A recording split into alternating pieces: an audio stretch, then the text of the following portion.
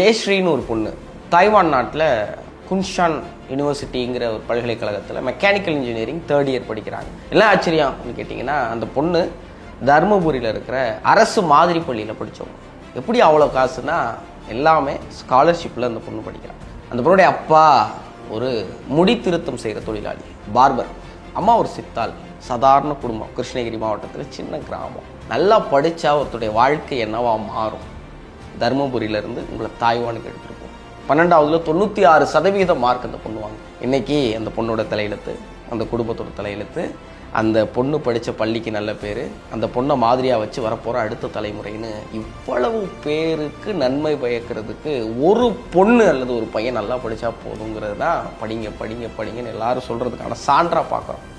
அவங்க அப்பா அப்படி பெருமையாக உட்காந்து என் பொண்ணு நான் பட்ட எல்லா அவமானத்தையும் தொடச்சிட்டா அப்படின்னு சொல்கிறாங்க.